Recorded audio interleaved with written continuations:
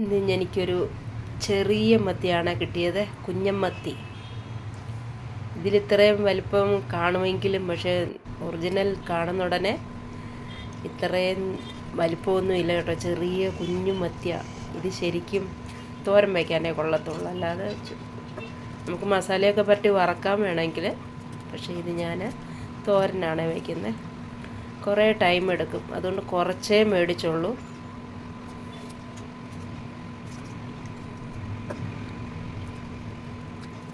അപ്പോൾ അത് നന്നായിട്ട് ക്ലീൻ ചെയ്തെടുക്കുവാണ്.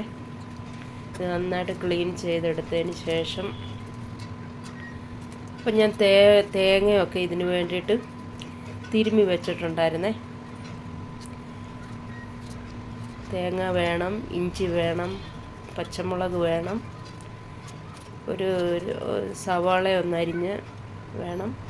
അപ്പോൾ അത് വെട്ടി ക്ലീനാക്കി. അപ്പോഴേക്കും ഞാൻ കുറച്ച് സവാള, ഇഞ്ചി, പച്ചമുളക്, കറിവേപ്പില, മഞ്ഞൾ പൊടി, ആവശ്യമുണ്ടെങ്കിൽ കുറച്ച് മുളക് പൊടിയും കൂടി ഇടാമേ. ഞാൻ മുളക് പൊടി ഇട്ടില്ല. എന്നിട്ട് കുറച്ച് ഇത്തിരി മല്ലിപ്പൊടിയും കൂടി ഇടാം, കുറച്ചൊരു ശകലം ഒരു ടേസ്റ്റിന് വേണ്ടിയിട്ട്.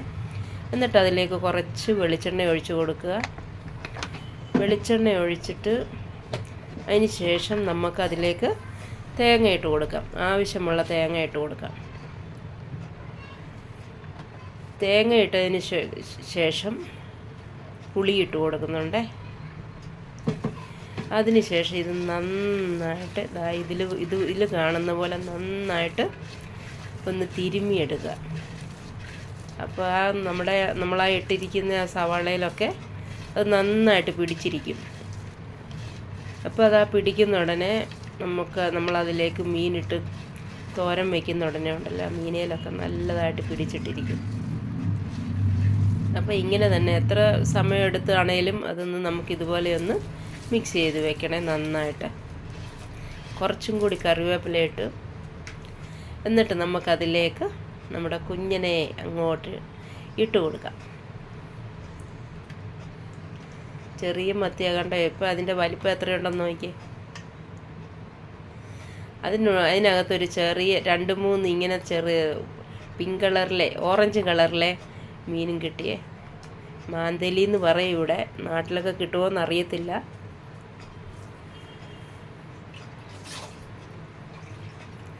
മാന്തളിർ.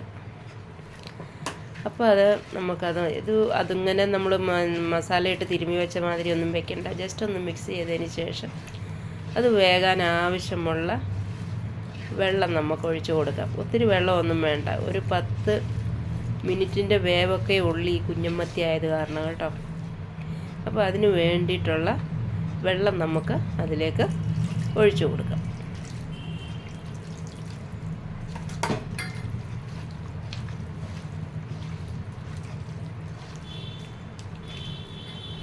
സ്വല്പം കൂടെ വെള്ളം വേണേ. സ്വല്പം കൂടെ വെള്ളം ഒഴിച്ചിട്ട് നമുക്കതൊന്ന് മിക്സ് ചെയ്ത് വയ്ക്കാം. ഒന്ന് മിക്സ് ചെയ്ത് വയ്ക്കാമേ. അത് കഴിഞ്ഞതിന് ശേഷം നമുക്ക് ഗ്യാസ് കത്തിച്ചിട്ട് അതിനെ അടപ്പയിലോട്ട് ഗ്യാസ് സ്റ്റൗവിലേക്ക് വെച്ച് കൊടുക്കാം. ഒരു മീഡിയം ഫ്ലെയിമിൽ ഒരു 10 മിനിറ്റ് വേവിച്ചാൽ മതിയാകും. അത്രയ്ക്കുള്ള വേവേ ഉള്ളൂ ഇതിന്. അപ്പം ഞാനതിനെ സ്റ്റൗ ഓൺ ചെയ്ത് അങ്ങോട്ട് വെച്ച് കൊടുത്തിട്ടുണ്ട്. എന്നിട്ട് അടപ്പ് വെച്ച് മൂടുകയാണ്. അടപ്പ് വെച്ച് മൂടിയതിന് ശേഷം ഇടയ്ക്ക് അതൊന്ന് ഓപ്പൺ ചെയ്തതിന് ശേഷം നമുക്ക് ചട്ടി ഒന്ന് ഇളക്കി കൊടുക്കാമേ. ചട്ടി ഒന്ന് നമുക്ക് എടുത്തിട്ട് വേണം ഒന്ന് ഇളക്കി കൊടുക്കാനായിട്ട്. അപ്പം നമ്മുടെ മീൻ പറ്റിച്ചത് ഈ പരുവായിട്ടുണ്ട്, പറ്റി വന്നിട്ടുണ്ട്. വെള്ളമെല്ലാം പറ്റുന്നുണ്ട്, ഇത്തിരിയും കൂടി പറ്റാൻ ബാക്കിയുണ്ട്. അപ്പം നമ്മുടെ മീൻ പറ്റിച്ചത് റെഡി ആയിട്ടുണ്ട്. അതിൻ്റെ കൂട്ടത്തിൽ ചോറും പരിപ്പ് കറിയാണ്. ഇഷ്ടമായ ലൈക്ക് ഷെയർ ചെയ്യണേ. ബായ്.